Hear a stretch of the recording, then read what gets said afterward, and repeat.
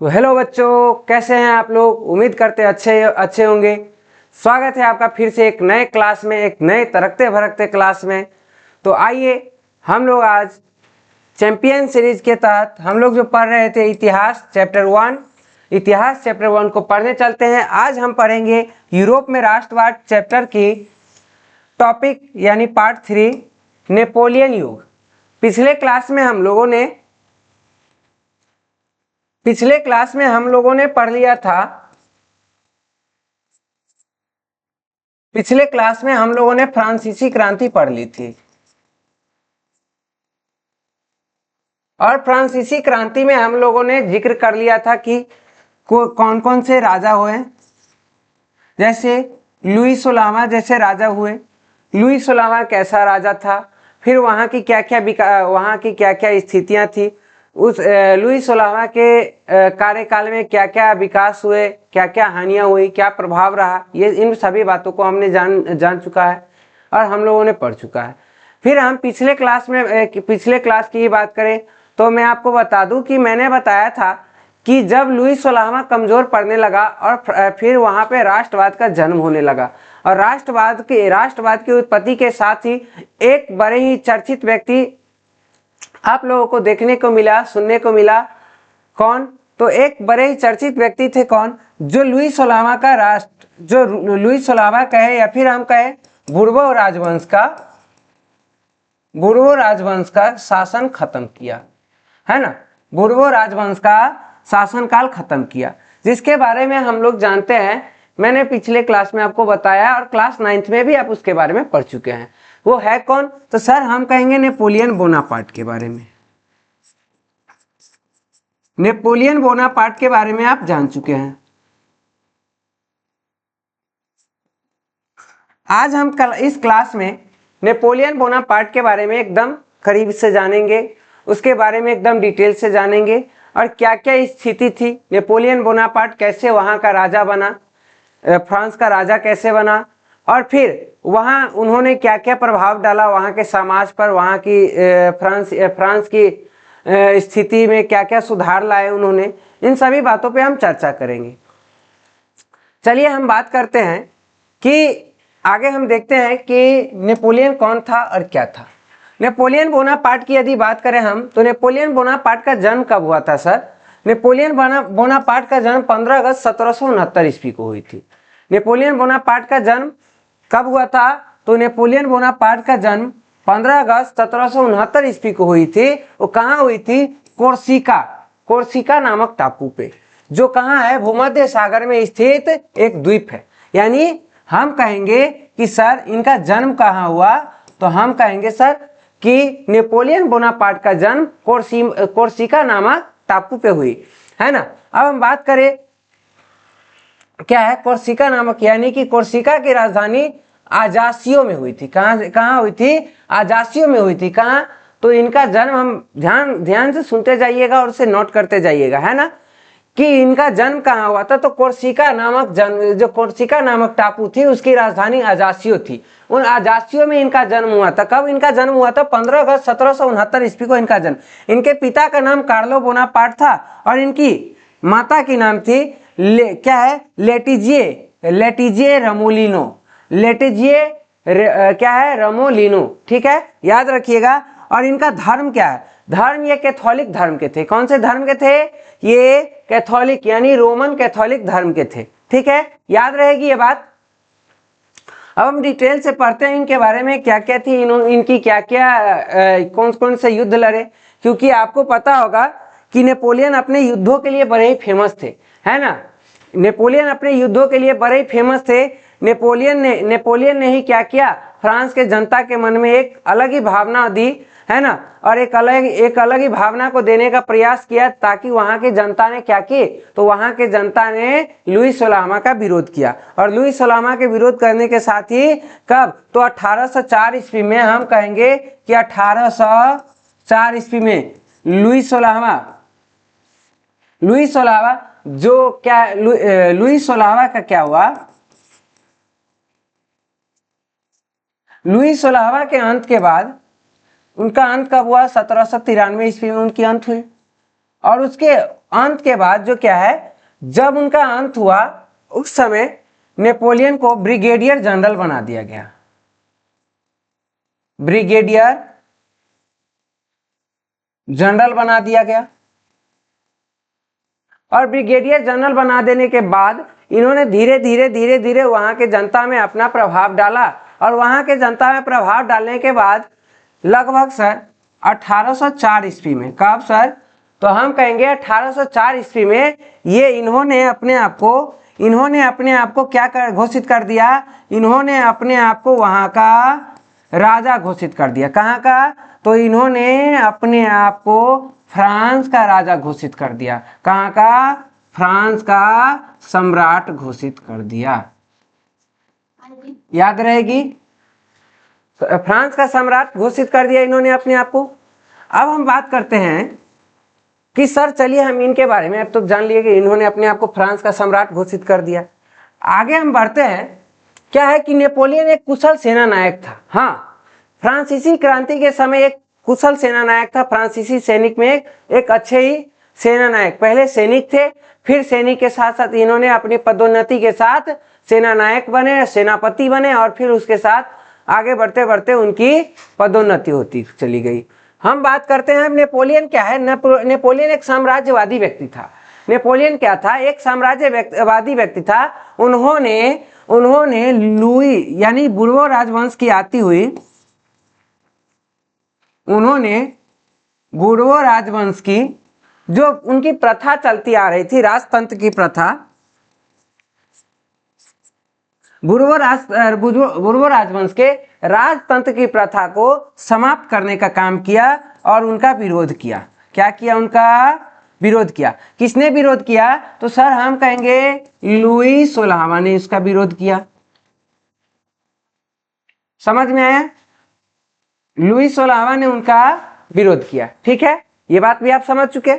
तो हम बात करते हैं कि सर ये कैसा व्यक्ति था, तो एक साम्राज्यवादी व्यक्ति था, है ना। इन्होंने अपना साम्राज्य, वही बात है कि इन्होंने क्या किया, धीरे धीरे हम आगे देखेंगे भी कि इन्होंने धीरे धीरे अपना पूरा का पूरा साम्राज्य विकसित करना शुरू कर दिया। हालांकि ये भी क्या है, उन्हीं के नक्शे कदम पे चलने लगे। ये हालांकि राजतंत्र के विरोधी थे, लेकिन धीरे धीरे शुरुआत में तो ये लोग शुरुआत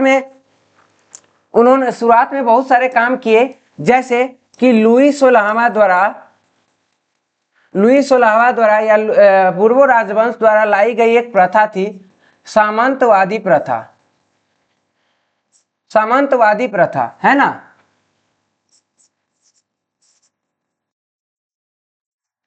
इन्होंने सामंतवादी प्रथा का क्या किया, विरोध किया, सामंतवादी प्रथा को समाप्त किया। उसके बाद जो है ऐसी बहुत सारे काम थे जो उसके बाद मैं आपको बता दूं। फिर यदि हम बताएं कि इन्होंने क्या किया, जो 3 वर्गों में बांटा था जनता को, जनता के वर्ग विभाजन, जो जनता का वर्ग विभाजन था ना, वर्गों में जो विभाजन था, वर्गों में विभाजन को समाप्त किया।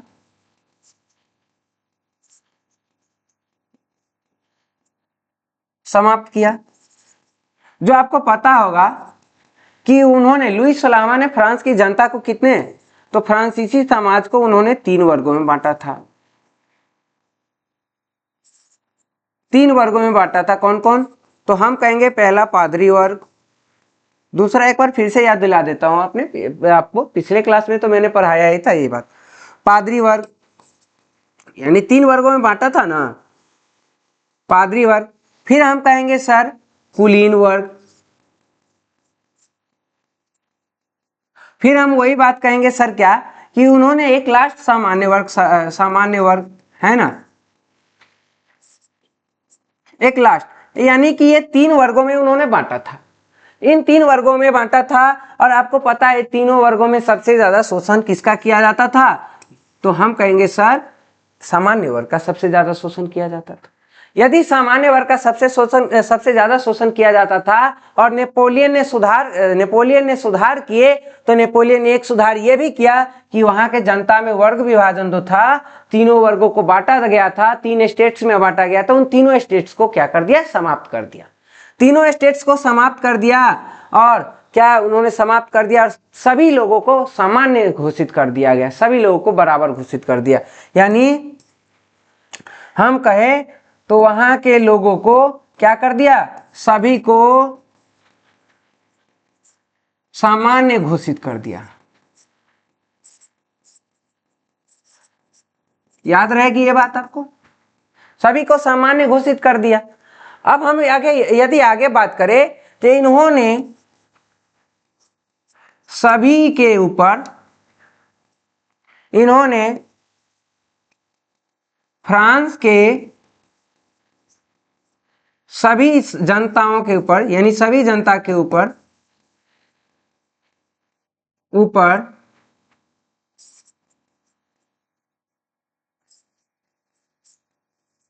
बराबर का टैक्स लगाया। यानी टैक्स को यदि हम बोले तो कर लगाया, याद रहेगी, यानी बराबर का टैक्स लगाया। ठीक है, कभी कहीं कहीं ये भी आपको लिखने को मिलेगा या कहीं कहीं ये भी आपको लिखा हुआ मिलेगा, सुनने को मिला कि इन्होंने साफ साफ वहां टैक्स खत्म ही कर दिया, है ना। तब मैं आपको यदि आगे बता दूं कि इन्होंने इतने सारे सुधार किए, ये सभी क्या थे, तो ये सभी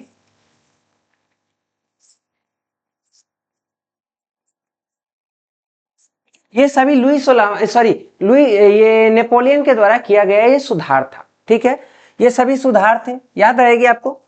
तो यदि मैं बता दूं आपको कि क्या है कि उन्होंने ये क्या थे, तो नेपोलियन एक साम्राज्यवादी व्यक्ति था और ये राजतंत्र का क्या करता था, तो विरोध करता था, यानी राजतंत्र के विरोधी थे, है ना। उन्होंने फ्रांस में चल रहे राजतंत्र का विरोध किया। अब मैं बता दूं आपको कि ध्यान से देखिएगा कि उन्होंने क्या किया, इन्होंने फ्रांसीसी क्रांति हुई कब थी, तो आपको तो पता ही होगा ना सर कि फ्रांसीसी क्रांति कब हुई थी। पिछले क्लास में तो हम पढ़े थे कि फ्रांसीसी क्रांति कब हुई थी, तो हम कहेंगे सर फ्रांसीसी क्रांति हुई थी 1789 ईस्वी से 1799 ईस्वी तक। कब से कब तक, 1789 ईस्वी से 1799 ईस्वी तक क्या हुई थी, फ्रांसीसी क्रांति हुई थी, है कि नहीं, याद रहेगी बात आपको। तो इन्होंने फ्रांसीसी क्रांति में अपनी मुख्य भूमिका निभाई थी, है ना, याद रहे।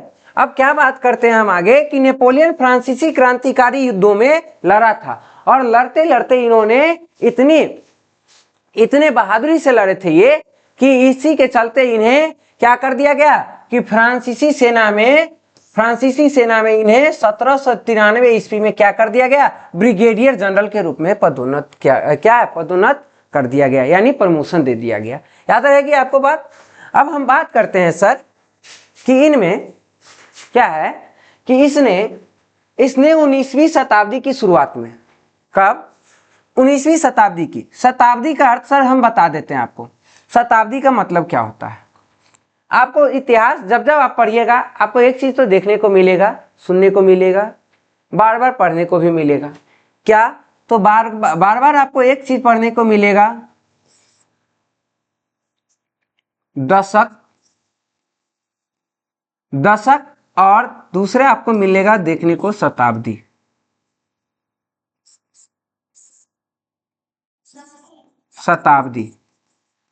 ठीक है, थोड़ा मैं बता देता हूं अपने तरीके से आपको शताब्दी क्या होता है और दशक क्या होता है।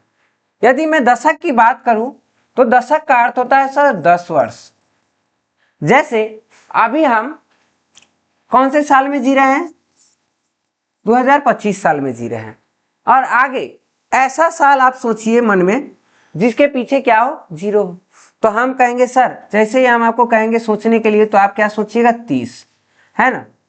तो आगे यदि आप 30 सोचिएगा तो हम देख रहे हैं सर कॉमन क्या है इसमें कि 20 से 30, यानी यही साल सर, यही दशक, अभी हम कौन से दशक में जी रहे हैं, तो 2020 से 30 के दशक में हम जी रहे हैं, है कि नहीं। यदि आप दशक समझ चुके हैं तो हम कहेंगे सर शताब्दी का अर्थ क्या होता है, तो शताब्दी का अर्थ होता है सर 100 वर्ष। शताब्दी का अर्थ क्या होता है मेरे दोस्त, शताब्दी का अर्थ होता है 100 वर्ष। अब देखिएगा ऐसे, शताब्दी का अर्थ 100 वर्ष का मतलब है कि सर देखिए अभी हम कईवीं शताब्दी में जी रहे हैं, 2025 में। अभी आपको सीधे एक ट्रिक बता देते हैं कि यदि आपसे कोई भी पूछे कि कईवीं शताब्दी में हम जी रहे हैं, तो सीधे कुछ नहीं करिएगा, ये आगे वाला जो दुगो है ना, ये आगे वाला 2 नंबर ले लीजिएगा, ये वाला नंबर ले लीजिएगा, ये 2 डिजिट, और इसी में क्या कर दीजिए +1 जोड़ दीजिएगा। यानी हम अभी कैवीं शताब्दी में जी रहे हैं, तो हम सीधे सीधे कह देंगे सर 21वीं शताब्दी में जी रहे हैं। अब हम पता करने के लिए तो चलिए बता दिए, लेकिन शताब्दी का अर्थ क्या होता है ये तो हम नहीं बताया आपको, बता देते हैं। शताब्दी का अर्थ होता है सर 100 वर्ष।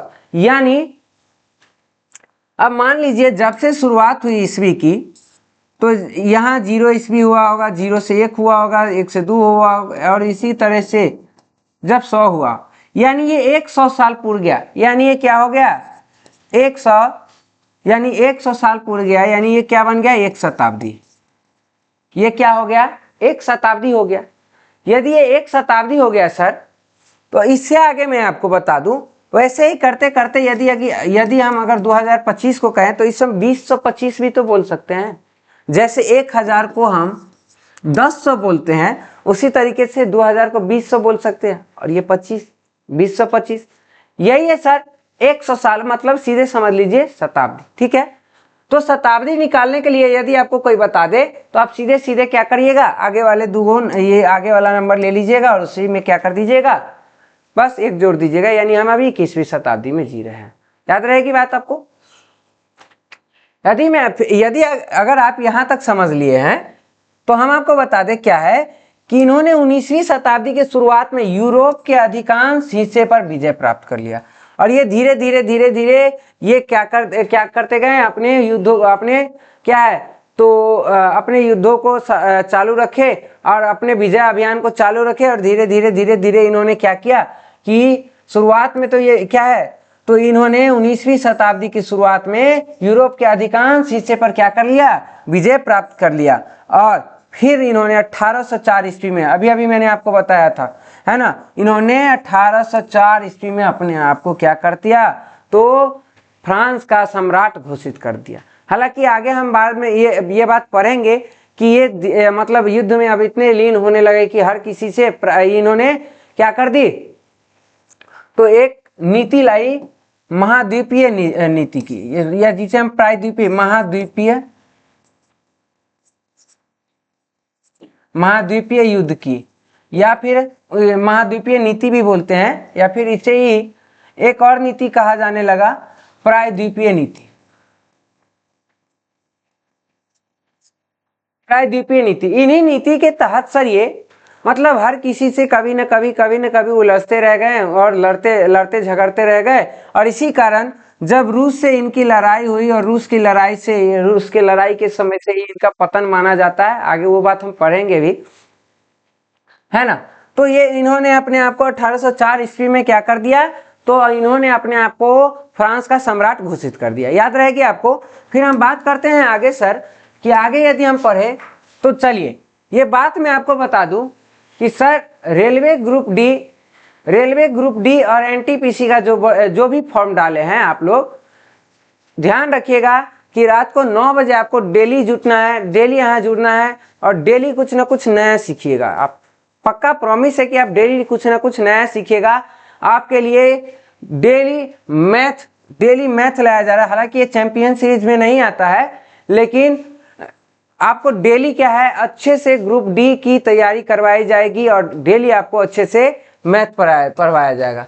ठीक है, याद रखिएगा इस बात को, डेली आपको 9 बजे जुड़ना है। ओके, अब मैं आपको बता दूं कि नेपोलियन के प्रमुख अभियान क्या क्या थे। तो नेपोलियन के प्रमुख अभियान कुछ इस प्रकार थे कि इन्होंने क्या की, कैंप फॉर्मियो की संधि, यानी कैंप फॉर्मियो की संधि में इन्होंने क्या की, कुछ न कुछ ये हमेशा लड़ते रहते थे किसी न किसी से, और उसी लड़ाई के दौरान इन्होंने क्या कैंप फॉर्मियो में क्या की थी, तो इनकी एक संधि हुई थी। क्या है, उत्तरी इटली में ऑस्ट्रियाई लोगों के खिलाफ जीत के बाद उसने कैंप फॉर्मियो की संधि पर विचार किया। किस पे, तो इन्होंने विचार किया किस पे, तो उत्तरी इटली में ऑस्ट्रियाई लोगों के खिलाफ जब इन्होंने जीत पाई तो क्या किया इन्होंने, कौन से, तो कैंपो फॉर्मियो नामक संधि के पर इन्होंने विचार किया। याद रहेगी ये बात। आगे हम बढ़ते हैं तो नील नदी की संधि की यदि बात करें हम, तो नील नदी का युद्ध, या फिर उसे ही कह सकते हैं, लेकिन नील नदी के युद्ध की बात करें हम तो 1798 ईस्वी में हुई थी। कब हुई थी ये? तो 1798 ईस्वी में हुई थी सर नील नदी की संधि। उसने कब? तो उस क्या है, सॉरी ध्यान से सुनिएगा, उसने मिस्र यानी 1798 से 1799 को जीतने का प्रयास किया। यानी उसने मिस्र को आप जानते होंगे इजिप्ट के नाम से, है ना, इजिप्ट के नाम से आप जानते होइएगा मिस्र को, है ना। यानी उन्होंने क्या किया, मिस्र को जीतने का प्रयास किया और मिस्र को जीतने का प्रयास किया, लेकिन नील नदी के युद्ध में होरेशियो नेल्सन ने, किसने? होरेशियो नेल्सन के नेतृत्व में अंग्रेजों ने उसे हरा दिया। जब उन्होंने नील नदी के पास जो इजिप्ट पर उन्होंने हमला किया तो उन्होंने क्या कर दिया, तो नील नदी वहां होने के कारण क्या है, तो ये धीरे धीरे कमजोर पड़ने लगे। लेकिन क्या हुई कि होरेशियो नेल्सन नामक एक सेनापति था अंग्रेजों का, जिन्होंने क्या किया, तो नेपोलियन को वहां से खदेड़ फेंका, ठीक है, यानी भगा दिया उन्हें और हरा दिया, है ना, अंग्रेजों ने उसे हरा दिया, याद रहेगी। हम बात करें आगे सर कि क्या है 18, क्या है, ध्यान से सुनिएगा, 18 ब्रूमेयर का तख्ता पलट, यानी कब हुई ये? 1799 ईस्वी में। इस घटना में नेपोलियन एक ऐसे समूह का हिस्सा था, यानी इस घटना में क्या था कि नेपोलियन एक ऐसे समूह का हिस्सा था सर कि जिसने फ्रांसीसी निर्देशिका को सफलतापूर्वक उखाड़ फेंका था, ठीक है, याद रहेगी ये बात। आगे यदि हम बढ़े तो आपकी बता दूं मैं कि बच्चों, आप सभी को मैं बता दूं कि होली के जस्ट बाद 18 मार्च से आप लोगों के लिए साइंस बैच लाया गया है और साइंस बैच का एक अच्छा आगाज होने वाला है आप सभी के लिए, जिसमें आपको physics plus bio plus English आपको पढ़ाएंगे आपके प्यारे शमशेर सर। और फिर यदि मैं आपको बता दूं तो मैथ पढ़ाने वाले हैं आपके अनुज सर। आपके अनुज सर वैसे यहाँ पर मौजूद भी है, यहीं पर है, चलिए। और आपके अनुज सर मैथ पढ़ाने वाले हैं आपको, आप उनका डेमो देख भी चुके होंगे, अच्छा पढ़ाते हैं, बस आप मन लगा के पढ़िएगा, है ना।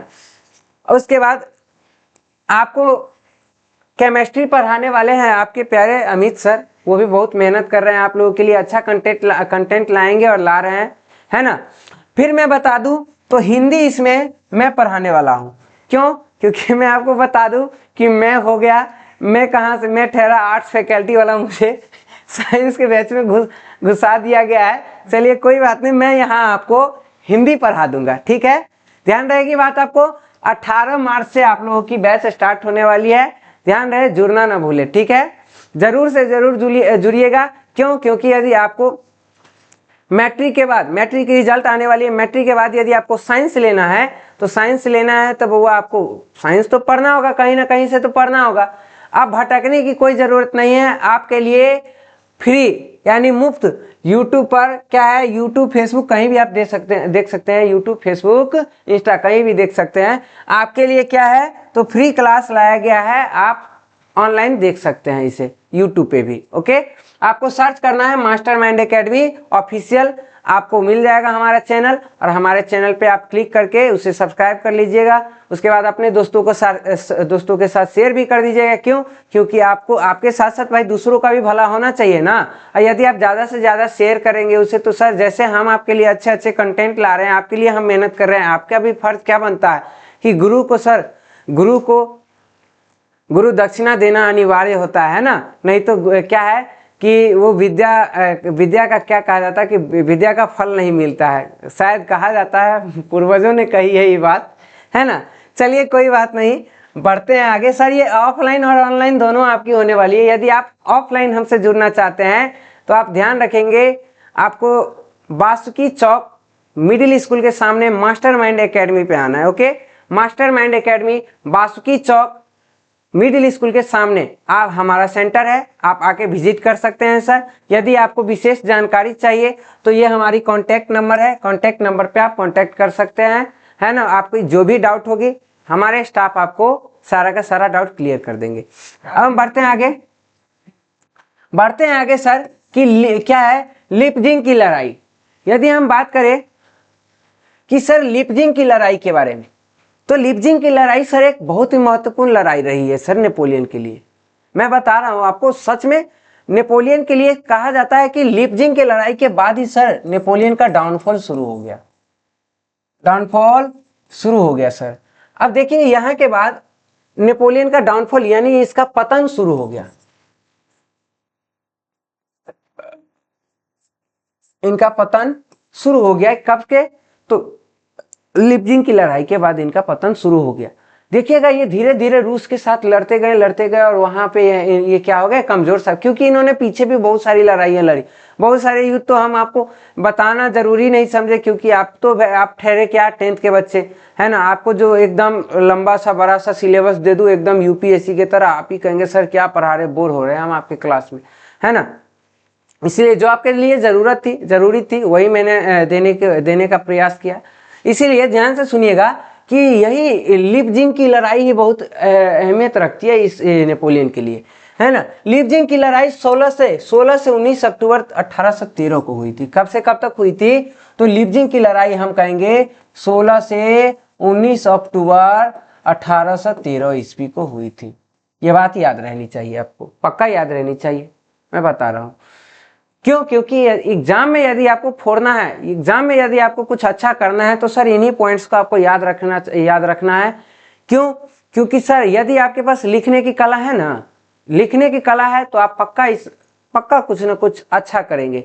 और मेरा ये वादा है कि आप यदि यहाँ से सीख लेंगे ना तो आप सबसे बढ़िया शायद टॉप भी कर सकते हैं इस साल आप।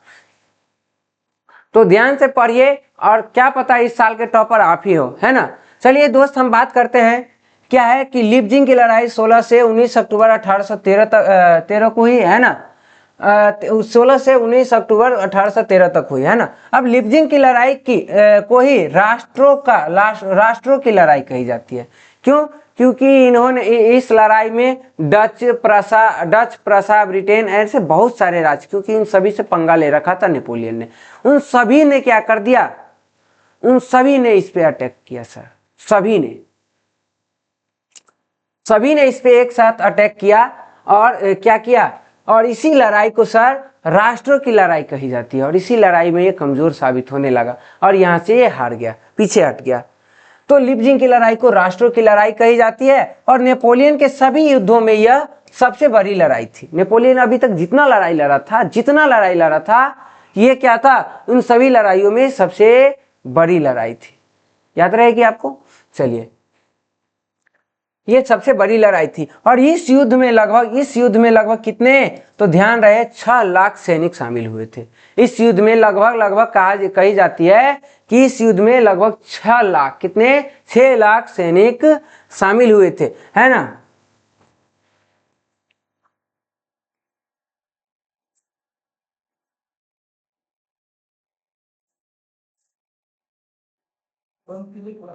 सैनिक शामिल हुए थे, है ना। चलिए अब हम बात करते हैं इसकी। तो इस युद्ध में नेपोलियन की हार हुई।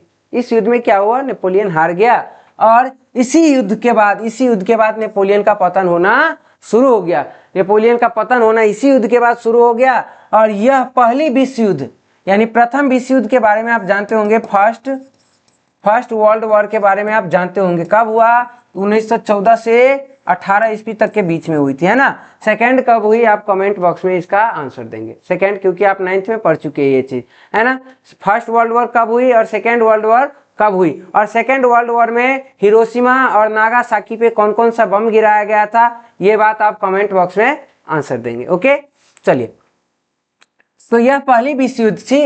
पहली विश्व युद्ध से पहले यानी यूरोप की सबसे बड़ी लड़ाई थी। यानी ये इतनी बड़ी लड़ाई थी, इसमें आप साफ पढ़ चुके हैं कि 6 लाख सैनिक शामिल हुए थे। आप समझ सकते हैं आप इस बात को, है ना।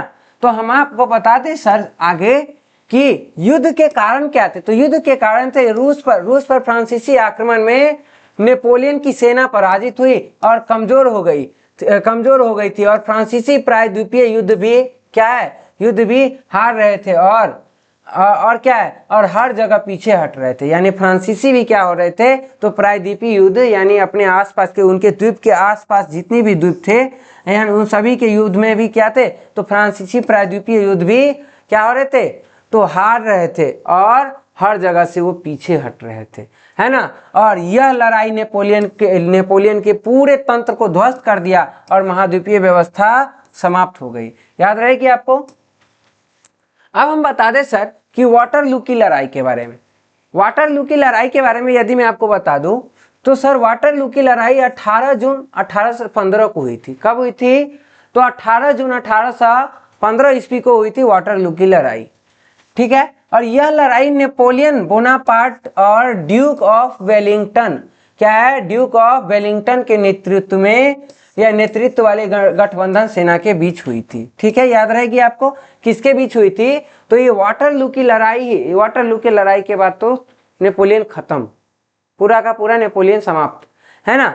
यानी वाटरलू की लड़ाई ही, अब वाटरलू की लड़ाई ही क्या है, अब एक नया मोड़ लाएगा, अब एक नई मोड़ लाएगी किसके लिए, रूस के लिए, है ना, सॉरी फ्रांस के लिए, है ना। तो वाटरलू की लड़ाई 18 जून 1815 ईस्वी को लड़ी गई थी और यह लड़ाई नेपोलियन बोनापार्ट और किसके बीच, नेपोलियन बोनापार्ट और ड्यूक ऑफ वेलिंगटन के नेतृत्व वाली गठबंधन सेना के बीच हुई थी, जिसे मित्र सेना भी कही जाती है ना। स्थान कहाँ, तो सर वाटरलू यानी स्थान का वाटरलू यानी बेल्जियम के उस नीदरलैंड का हिस्सा, है ना। वाटरलू का एक नीदरलैंड का जो हिस्सा है उसे वाटरलू कहा जाता है ना। बात करें हम सर आगे कि वाटरलू की लड़ाई नेपोलियन का अंतिम लड़ाई था, है ना, नेपोलियन की अंतिम लड़ाई थी। और वाटरलू की लड़ाई में एक फ्रांस, क्या है, वाटरलू की लड़ाई में एक फ्रांस के तरफ से नेपोलियन था और दूसरी तरफ से क्या है, तो फ्रांस के तरफ से सिर्फ अकेला कौन था सर, नेपोलियन। और दूसरी तरफ से कौन कौन था, तो हम कहेंगे सर दूसरी तरफ से कौन कौन था, तो ब्रिटेन, रूस, प्रसा, ऑस्ट्रिया, हंगरी, अर्थात मित्र राष्ट्र। कौन, तो मित्र राष्ट्र, जिसके बारे में आप पीछे भी पढ़े होंगे क्लास 9th में, धुरी राष्ट्र, मित्र राष्ट्र, इन सभी के बारे में पढ़े कि नहीं। तो मित्र राष्ट्र की सेना के बारे में पढ़े थे। यानी एक तरफ था सिर्फ और सिर्फ नेपोलियन, एक तरफ था नेपोलियन और दूसरी तरफ कौन था सर, दूसरी तरफ था सर मित्र राष्ट्र। कौन, मित्र राष्ट्र था दूसरी तरफ, है ना, दूसरी तरफ। और इस युद्ध में गेवर्ड लेबरेक्ट वॉन ब्लूचर ने के नेतृत्व में क्या प्रशिया सैनिक भी शामिल थे। याद रहे। आगे हम बढ़ते हैं कि सर युद्ध में हारने के बाद नेपोलियन ने आत्मसमर्पण कर दिया। जैसे युद्ध में वो हार गए हैं, उन्होंने क्या कर दिया, आत्मसमर्पण कर दिया।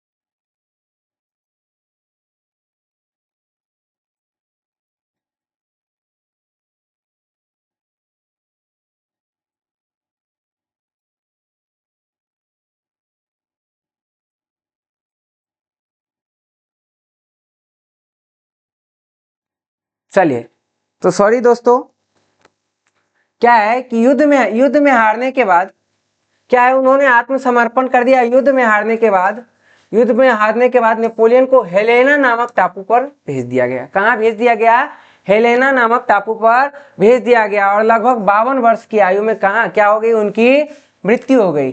52 वर्ष की आयु में नेपोलियन की मृत्यु हो गई। और कब, तो सर 1821 ईस्वी में इनकी मृत्यु हो गई। यहीं से क्या माना जाता है कि नेपोलियन समाप्त और नेपोलियन काल समाप्त, ठीक है। अब आपके बुक में देख लीजिए, आपके बुक में भी दिया गया होगा, क्योंकि आपके बुक से ही सारे जो भी हम पढ़ाते हैं आपके बुक से ही पढ़ाते हैं। आपके हालांकि इनके डेटा हम कहीं कहीं और से भी कलेक्ट करते हैं, है ना, क्योंकि कुछ डेटा आपको मिसमैच भी दिखता होगा या कुछ डेटा आपको यहाँ से डिफिकल्ट भी दिखता होगा। तो मैं आपको बता दूं, आपके बुक के हिसाब से जो नेपोलियन काल आपका यहाँ से और यहाँ तक की जो पढ़ाई है, तो मैं आपको दिखा दूं कि सर बता दूं मैं आपको, ध्यान से देखिएगा कि यूरोप में राष्ट्रीयता की भावना के विकास में फ्रांस की राजक्रांति के तत्पश्चात नेपोलियन के आक्रमणों ने महत्वपूर्ण योगदान दिया था, है कि नहीं। यानी जैसे ही क्या हुआ तो फ्रांसीसी बुर्बो वंश का समापन हुआ, बुर्बो वंश का अंत हुआ, उसी के बाद क्या हुआ, नेपोलियन का विकास शुरू हो गया। यही थे नेपोलियन, है ना। नेपोलियन का विकास शुरू हुआ और नेपोलियन काल की शुरुआत हुई और फ्रांसीसी क्रांति ने राजनीति को अभिजात वर्गीय परिवेश से बाहर कर दिया और उसे अखबारों, सड़कों और सर्वसाधारण की वस्तु बना दिया, है ना। और क्या कर दिया उन्होंने, राष्ट्रवाद को जनता के बीच एकदम अच्छे से फैला दिया, है ना। मैं आपको बता दूं कि यूरोप के कई राज्यों में नेपोलियन के अभियानों द्वारा नवयुग का संदेश पहुंचा और नेपोलियन ने जर्मनी और इटली के राज्यों को क्या कर दिया, राज्यों को भौगोलिक नाम की परिधि से क्या कर दिया, तो बाहर कर उसे वास्तविक एवं राजनीतिक रूपरेखा प्रदान की, जिससे इटली और जर्मनी के एकीकरण का मार्ग प्रशस्त हुआ। ठीक है, ध्यान रहेगी बात आपको। चलिए हम आपको बता दें कि दूसरी तरफ नेपोलियन की नीतियों के कारण फ्रांसीसी प्रभुत्व और आधिपत्य के विरुद्ध यूरोप में देशभक्तिपूर्ण विक्षोभ भी जगा और नेपोलियन के पतन के बाद यूरोप की विजयी शक्तियां ऑस्ट्रिया की राजधानी वियना में 1815 ईस्वी में एकत्र हुई। यानी इन सभी बातों के बारे में फिर अगले क्लास में चर्चा करेंगे, क्योंकि अभी कुछ मजबूरियां हैं सर और अभी कुछ जरूरी काम आ गया है।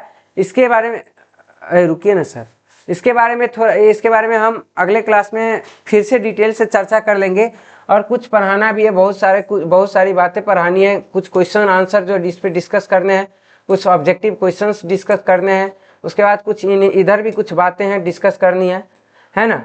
चलिए कोई बात नहीं, तो आज की क्लास को हम यहीं पर करते हैं सर समाप्त। तब तक के लिए अपना ख्याल रखें, स्वस्थ रहे, मस्त रहे। तब तक के लिए जय हिंद, जय भारत, भारत माता की जय। बंद कर दीजिए।